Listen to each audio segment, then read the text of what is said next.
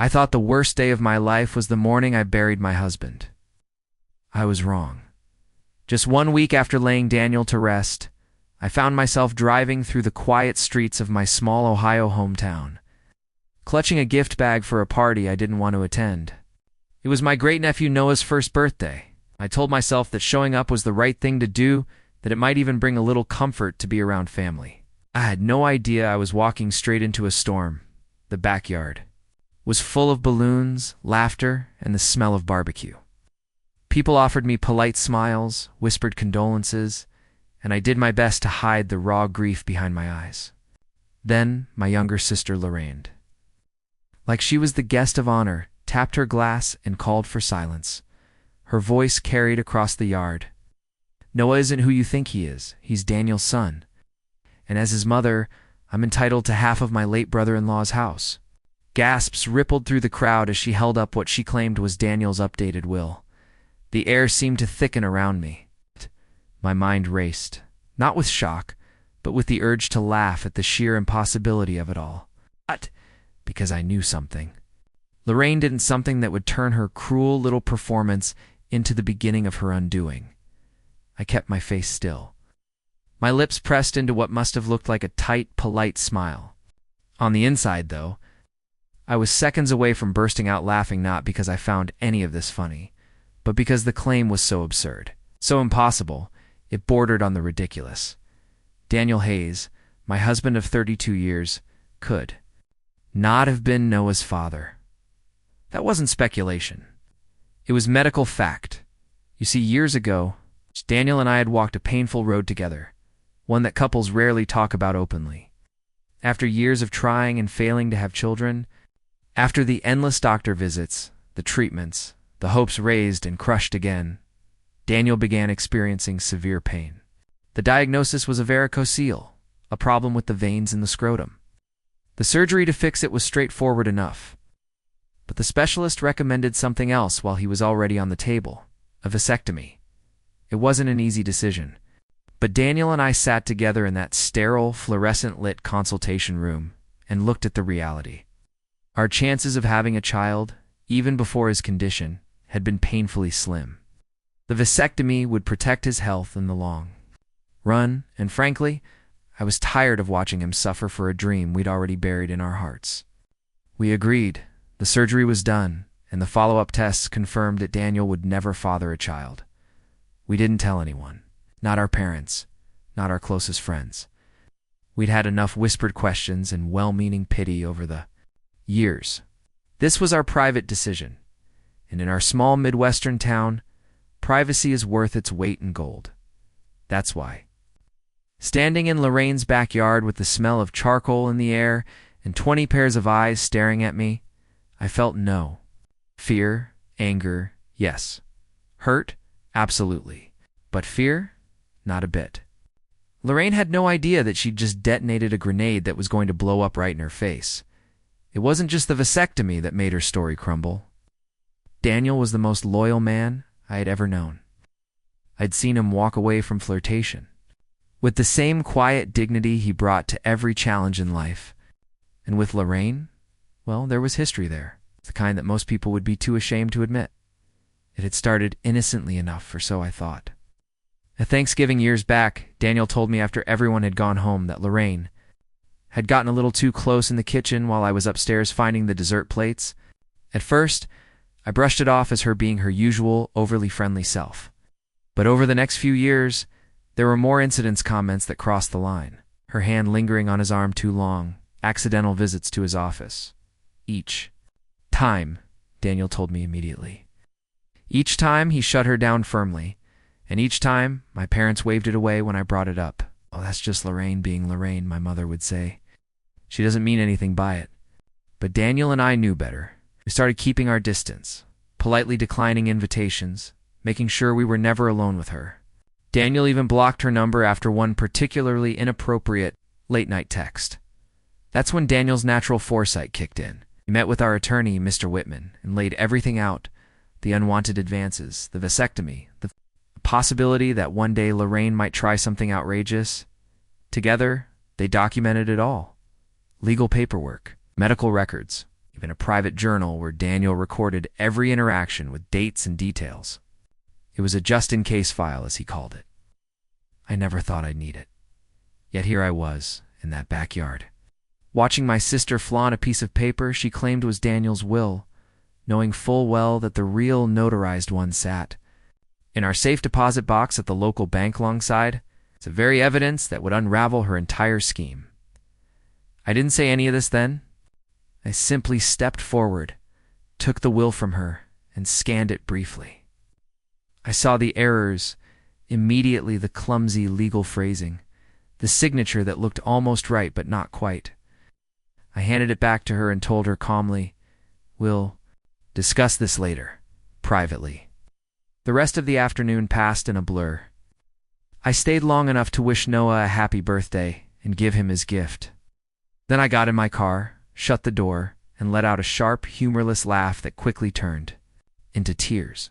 Not tears of defeat, but of disbelief at just how low my own sister was willing to go. Lorraine thought she'd blindsided me. She had no idea I was already holding all the cards. I didn't head home right away. Instead, I drove aimlessly for a while, letting the miles and the hum of the tires settle my breathing. The Ohio countryside rolled past bare winter trees. Against a gray sky, and I found myself thinking back to how Lorraine and I had gotten here. We'd never been what you'd call close, not even as kids. I was 14 when she was born, old enough to be more like a second mother than a sister. While I was studying for college entrance exams, she was learning her ABCs. When I was starting my career, she was still in high school. Our lives ran on separate tracks, but the real gap between us wasn't just a jit, was the way we approached life. I worked hard, built stability, and stayed the course. Lorraine chased excitement. She burned through jobs faster than some people go through seasonal wardrobes. Boyfriends came and went, each one more questionable than the last. And through it all, my parents treated her like a fragile glass figurine, too delicate to face consequences. When I married Daniel, she was 22 and between waitressing gigs. I thought she'd be happy for me, but it was as if my new life threw her own into sharper relief. That's when the competition began, though in her mind, it had probably always been there. If I bought a house, she complained about her cramped apartment until my parents helped her move into something better. If Daniel and I went on vacation, she'd suddenly be posting pictures from a beach trip of her own, even if she'd borrowed money to get there. And then there was the flirting. At first I told myself she was just being playful. But over the years, her playfulness took on a sharper edge. A hand on Daniel's arm that lingered too long, a compliment that dipped into territory no sister-in-law should ever tread. I tried to brush it off, but Daniel Lever, the gentleman, kept me in the loop, telling me exactly what she'd said or done when I wasn't around. The most blatant incident happened 3 years ago. We'd invited her over to celebrate a rare bit of good news. She'd landed a steady marketing assistant position. I stepped into my home office to take a call from a client. 20 minutes later, I returned to find Lorraine sitting far too close to Daniel at the dining room table, her hand resting on his forearm, her laugh just a little too breathy. That night, Daniel told me she'd suggested, half joking, that he deserved someone who truly appreciated him. He'd stood up, cleared the plates, and let the silence answer for him. I wanted to believe it was a one-time lapse in judgment, maybe fueled by wine and self-pity. But the little jabs kept coming. A late-night text, surprise drop-in at his office. It's all of it followed by the same infuriating refrain from my parents: "You're overreacting." Lorraine looks up to him like a big brother. Daniel didn't buy it, and neither did I. That's when he decided to prepare for the worst. He started a detailed journal, dates, times, verbatim quotes, so there would never be any doubt about her intentions if things escalated. I thought it was excessive at the time. I see it for what it was, a shield he was building for me when the vasectomy happened. Daniel made an offhand comment while we sat in the recovery room, him with an ice pack and me reading a magazine. "If Lorraine ever tries to pull something, we'll have medical proof she's lying." I laughed then, thinking it was just a dig at her past behavior, but he wasn't joking. Within a week, we were in Mr. Whitman's office updating his will, storing copies of everything in our safe deposit box, just in case. And now here I was. 3 years later, standing in the middle of the very storm he had predicted, Lorraine had taken her envy and turned it into a weapon. She'd picked the moment she thought I'd be at my weakest grieving, distracted, alone. What she didn't count on was that Daniel had given me armor long before I needed it. As I pulled into my driveway that afternoon, I felt something I hadn't felt in weeks: resolve. I wasn't going to shout or make a scene. I was going to do what Daniel had taught me: stay calm, gather my evidence, and wait for the right moment to dismantle every single lie she'd told. And when I did, there would be no coming back for her. The next morning, I woke up before sunrise. The winter sky outside my bedroom window was a pale steel gray, the kind that promised a day too cold for comfort. I made a pot of coffee and sat at the kitchen table with my hands wrapped around the mug, thinking about what I needed to do. Daniel had always been a man who believed in measured steps. If there was a crisis, he'd say, "Don't rush, start by making sure your foundation is solid." For me, that foundation was at the bank. Locked away in a box, Daniel had insisted on maintaining for over a decade. By 9 o'clock, I was standing in the lobby of First National Bank, my breath still frosty from the walk across the parking lot. The manager, Mr. Kelly, had known Daniel and me for years.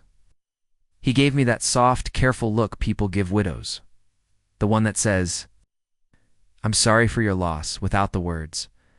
"I need to access our safe deposit box," I told him, sliding my ID across the counter. He nodded, led me into the quiet back room, and unlocked the heavy vault door.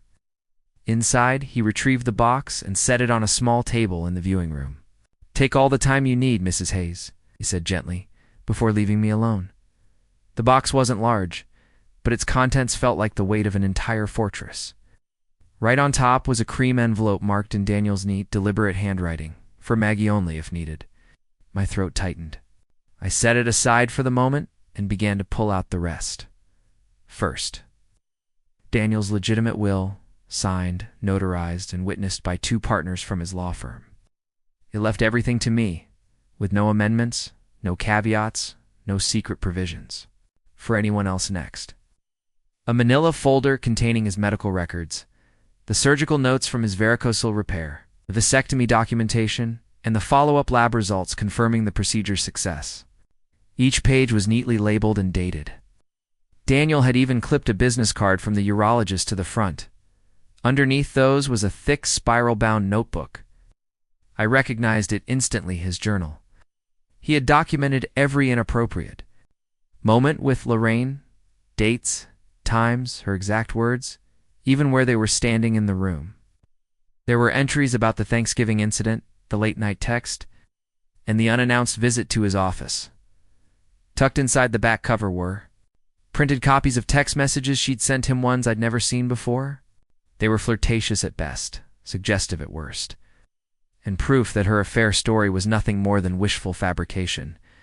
There was also a typed letter on Daniel's law firm letterhead, signed by our attorney, Mr. Whitman, stating that he had personally prepared Daniel's will and that any future versions should be regarded with suspicion unless verified by him directly. Finally, I picked up the envelope with my name on it. My hand shook as I slid a finger under the flap and unfolded the letter inside. "My dearest Maggie," it began, "if you're reading this, then something's happened to me and you've needed to go into the box. I can't know exactly what circumstances brought you here, but if Lorraine is involved, I want you to remember this. You have the truth and you have my love. Don't let anyone twist my memory or use it to hurt you. Use the documents here. They're your shield. You deserve to live the rest of your life in peace, not picking up the pieces from someone else's chaos. I love you always, Daniel." By the time I finished, my vision was blurred. I sat there for a few minutes, letting the quiet hum of the vault wash over me, imagining Daniel sitting at his desk writing those words, thinking ahead in the way only he could. When I left the bank, I had the originals safely back in the box and a neatly organized stack of copies in my bag. As I drove home, I felt something settle in me, not relief exactly, but certainty. Lorraine had lit the match, thinking I'd stand there and watch my life burn. Instead, I was about to smother her little fire with every piece of proof Daniel had left behind by the time I pulled into my driveway.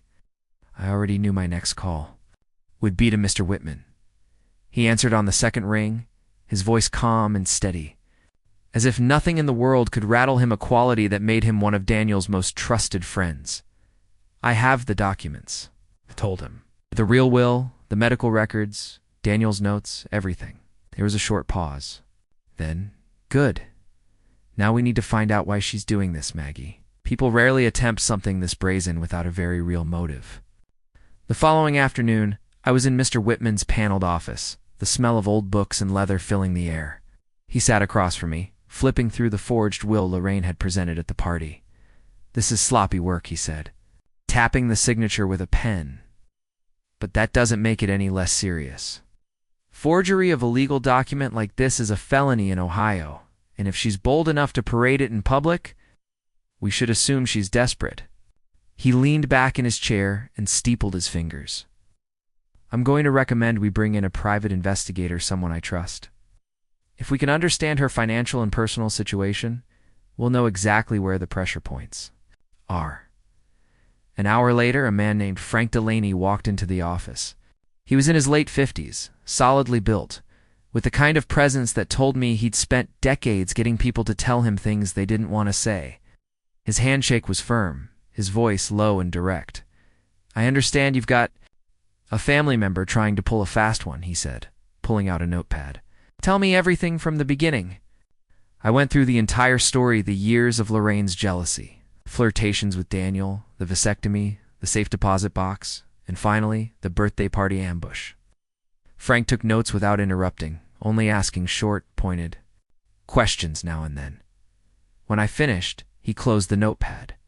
"Here's what I think," he said. "Your sister's not doing this just for sport. There's money trouble, maybe relationship trouble, probably both. Give me a few days, and I'll dig in." 3 days later, I was back in Mr. Whitman's office. Frank was already there, a folder in front of him. His expression was all business. "Your instincts were right," he said, sliding a set of documents toward me. "Lorraine's in a world of trouble. She's sitting on over $80,000 in debt, credit cards, personal loans, unpaid medical bills. She's 4 months behind on rent, and her landlord filed eviction papers last week. She's got until the end of the month to pay up or get out." He turned another page. "As for Noah's father, his name's Dean Richards. He walked out a month after the baby was born. He's in Seattle now with a new girlfriend. He sends maybe $200 a month in child support when he feels like it. He's also got a warrant in New Hampshire for unpaid support for another child. Not exactly father of Veer material." Frank pulled out a stack of printed text messages. "And here's the kicker. These are between Lorraine and her friend Carla. In her own words, she's been planning to get what she deserves from you since the day Daniel died.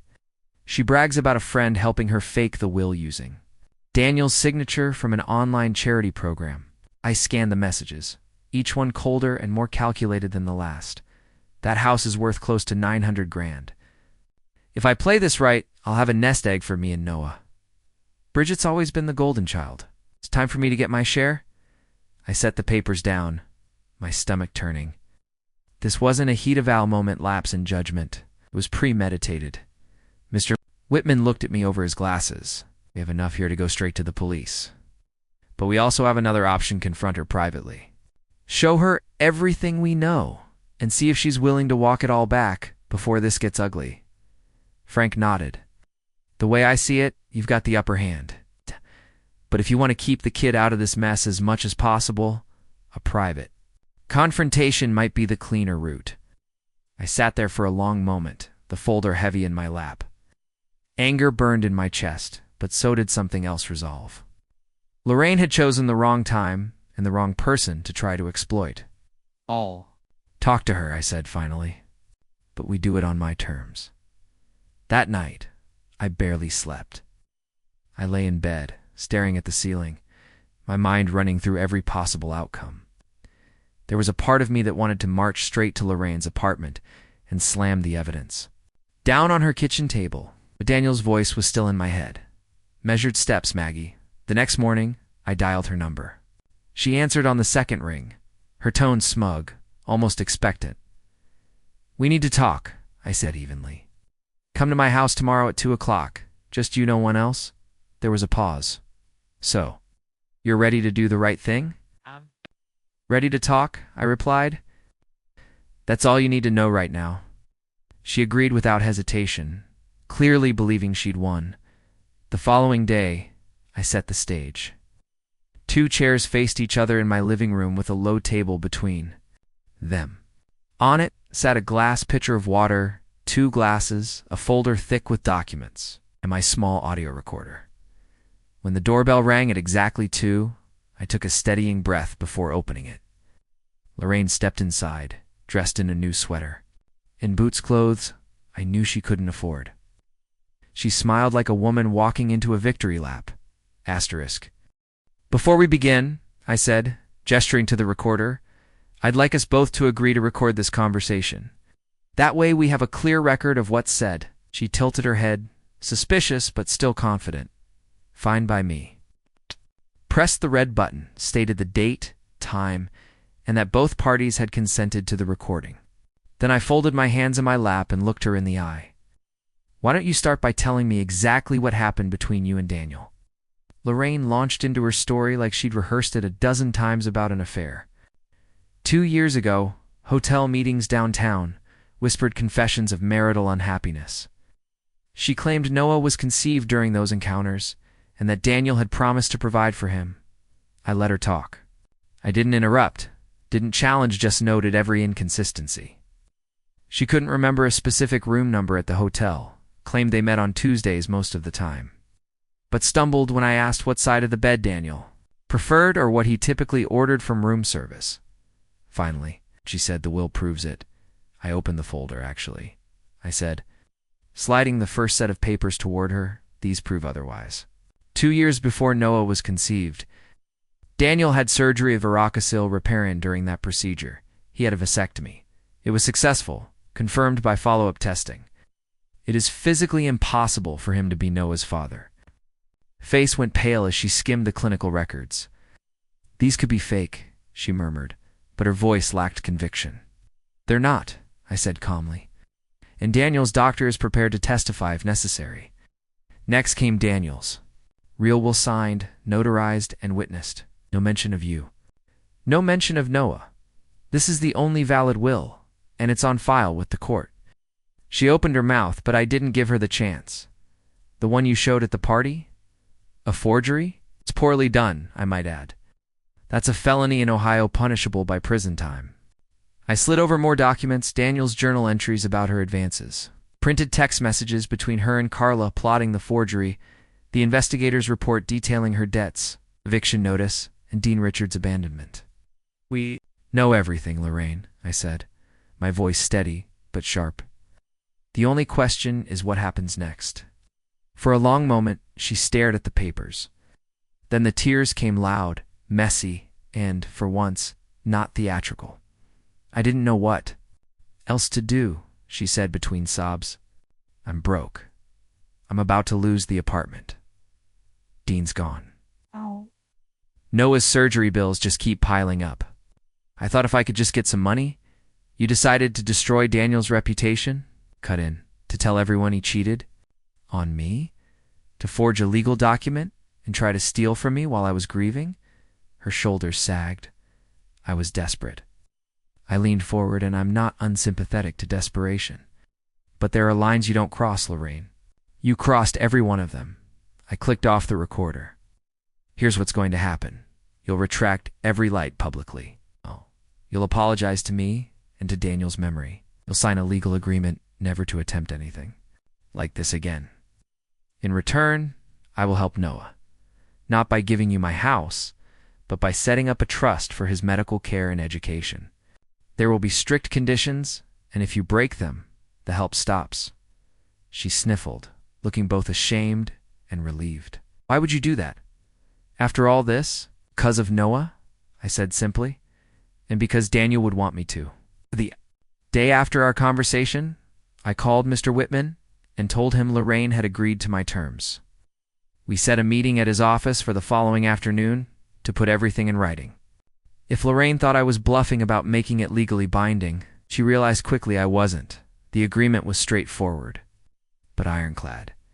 She would make a public confession to the immediate family, stating she had lied about the affair and Noah's paternity, and that she had forged the will.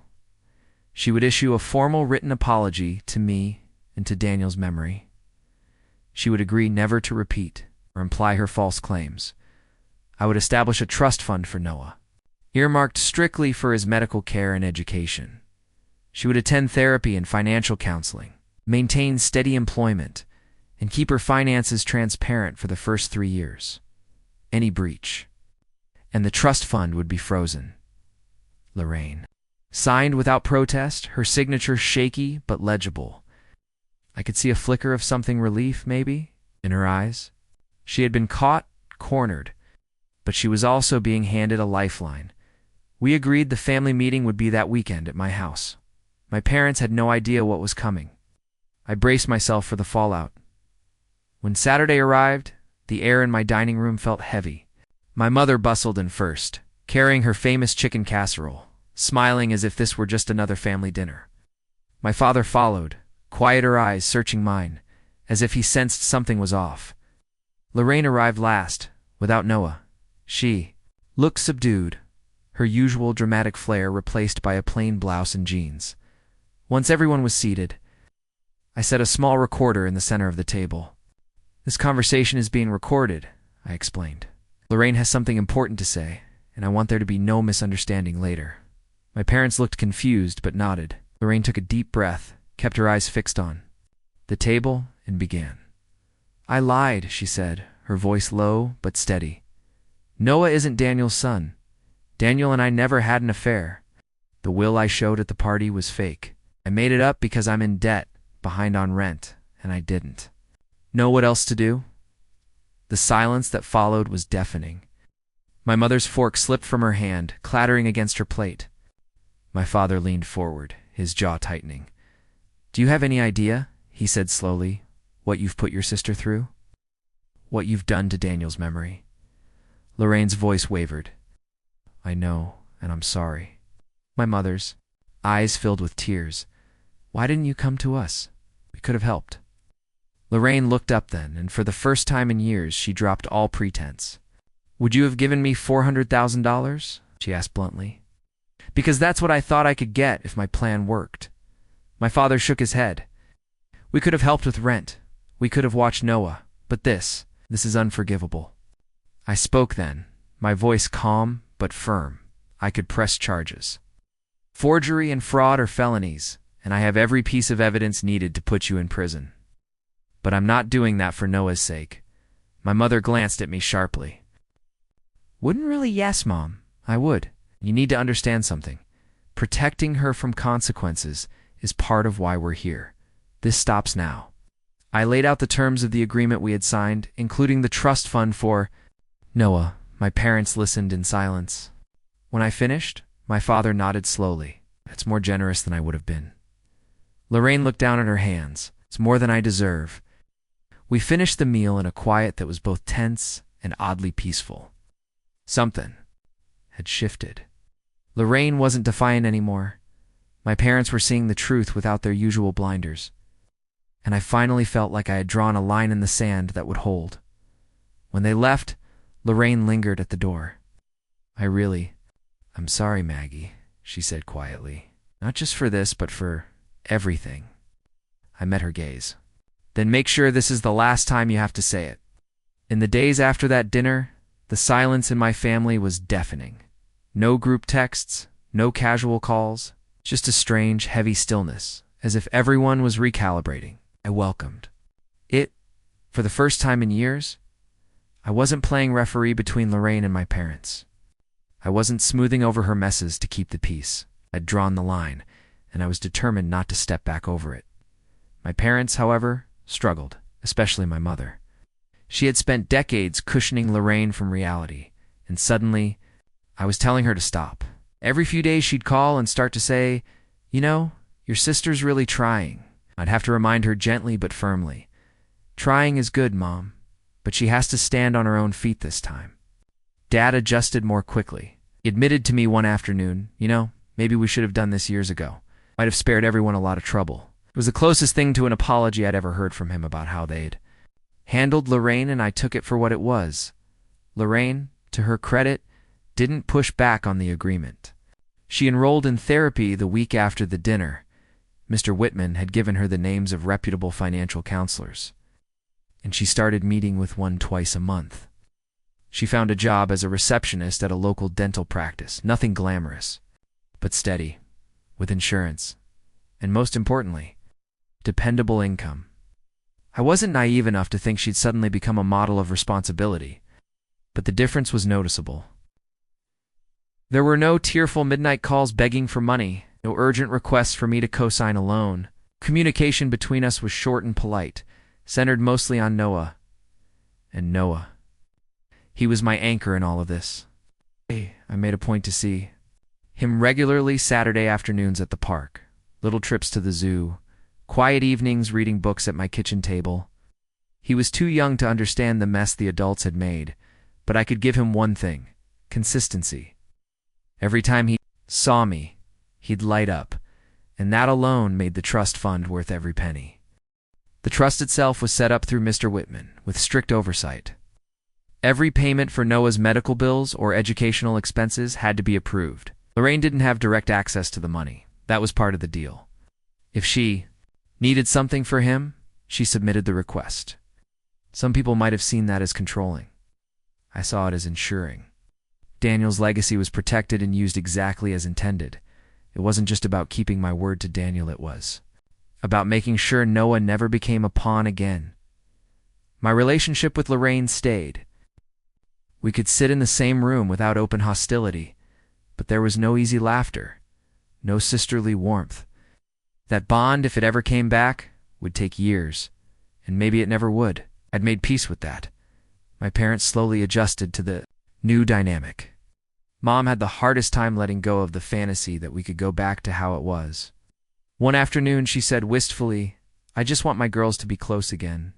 "Being close isn't the same as being healthy, Mom," I told her, "and healthy is what we need right now." It wasn't the answer she wanted, but she didn't argue. Months passed. The legal agreement held. Lorraine kept her job. The eviction crisis passed when she moved into a modest 2-bedroom apartment closer to downtown. I even went over once to drop Noah off after an afternoon together. It wasn't much, but it was clean, organized. And Stabala, far cry from the chaos she'd been living in before. And through it all, I stuck to my boundaries. I didn't get pulled into her financial problems. I didn't let old guilt or sentiment sway me. For the first time in years, I wasn't reacting to Lorraine's life, I was living my own. It was a quiet victory, but a victory all the same. A year after that chaotic winter, spring finally arrived in Ohio.